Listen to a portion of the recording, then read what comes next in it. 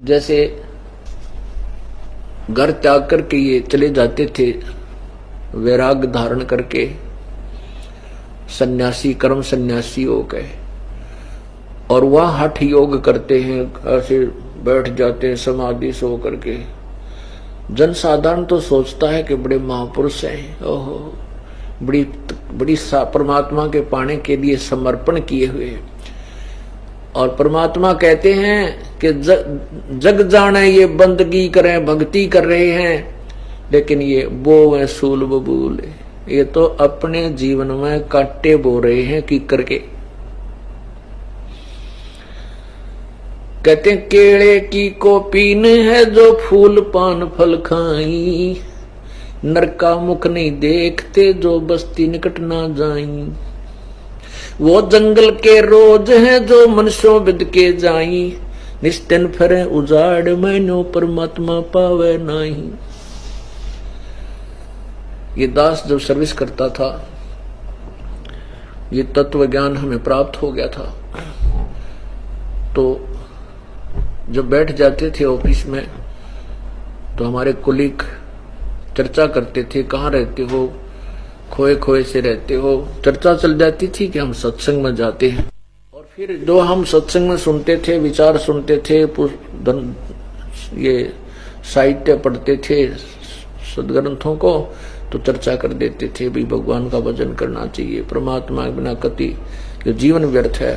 तो फिर उनमें से कुछ एक अपनी अपनी जैसा ज्ञान था फिर वो बताने लग जाते, चर्चा शुरू हो जाती थी। उनमें से एक ने कहा कि आपको पता नहीं है साधु संतों का, तो मैं बताता हूँ।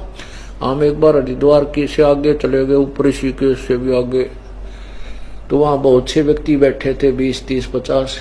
तो वो कह रहे थे कि यहाँ एक साधु रहता है जंगल में, और वो तन पे केवल निवस्त्र रहता है और पर्दे पर केवल एक केले का पत्ते वत्ते बांध लेता है। भाई बड़ा महापुरुष है, गुफा पता नहीं भागकर गुफा बना रखी है जंगल में किसी स्थान पर, वहां घुस जाता है और वही जिसने इसके दर्शन हो जाना है उसका बेड़ा पार है।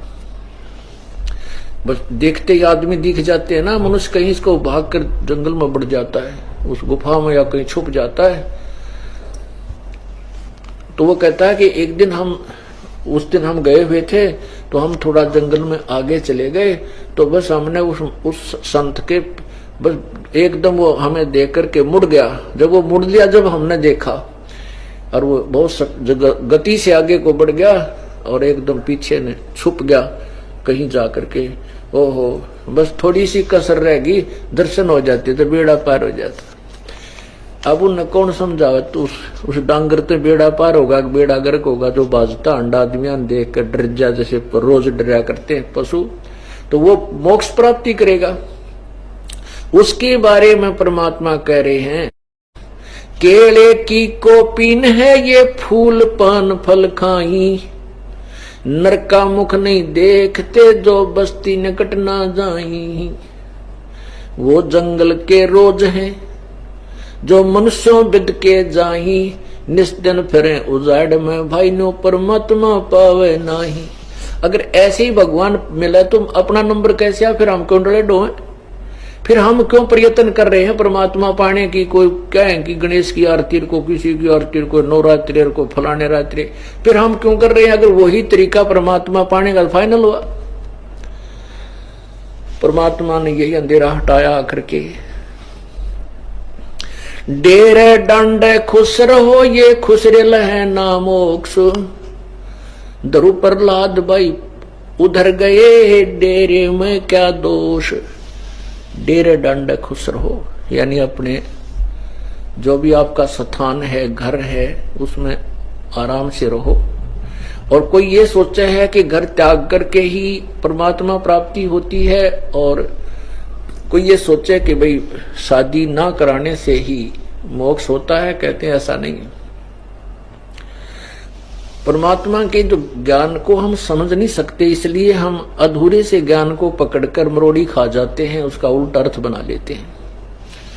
कोई तो ये सोच, जैसे हमारे यहाँ भक्त रहता था एक आश्रम में, तो हम सत्संग में एक स्वाभाविक सा ज्ञान देते रहते, और उसका उद्देश्य था कि मैं परमात्मा पाऊं। मन तो भगवान चाहिए, घर भी छोड़ रखा है। राजस्थान से आता है एक भगत, वो जूतों में सेवा करता है, जिसकी गर्दन हिलती है थोड़ी सी। तो वो सत्संग सुनता था। हम एक ही दृष्टिकोण से उन जो पाखंडी लोगों के पाखंड का खंडन करने के उद्देश्य से बताते थे कि भी केवल कुछ तो कहते हैं भाई महात्मा तो ब्रह्मचारी होना चाहिए, जो बचपन से ही है और उसी से मोक्ष होगा। तो परमात्मा कहते हैं अगर वो ब्रह्मचारी ही पार हुआ तो फिर गृहस्थियों का नंबर कैसे आएगा। तो उस अंधेरे को हटाने के लिए हम एक तरफा ही मतलब यही ज्ञान देते हैं, जैसे परमात्मा ने कहा कि डेरे डंडे खुश रहो, खुश रे लेना मोक्ष, ध्रुव प्रहलाद भी पार हो गए, फिर गृहस्थी में क्या दोष।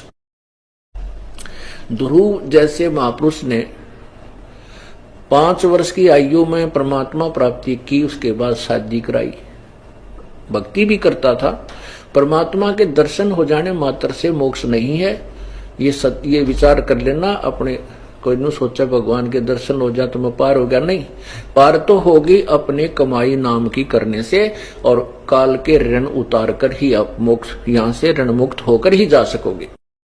तो ऐसे ही जो उसने अपनी साधना की, जिससे उसको परमात्मा प्राप्ति हुई, भगवान ने दर्शन दिए, फिर उसने राज्य मांग लिया, उसको राज्य दिया।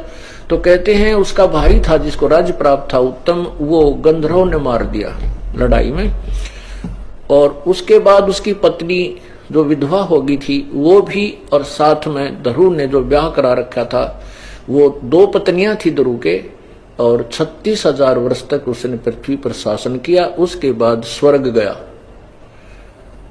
ऐसे ही प्रहलाद ने 10 वर्ष की आयु में परमात्मा प्रकट हुए जैसे नरसिंह रूप में, और उनके पिता का अंत किया।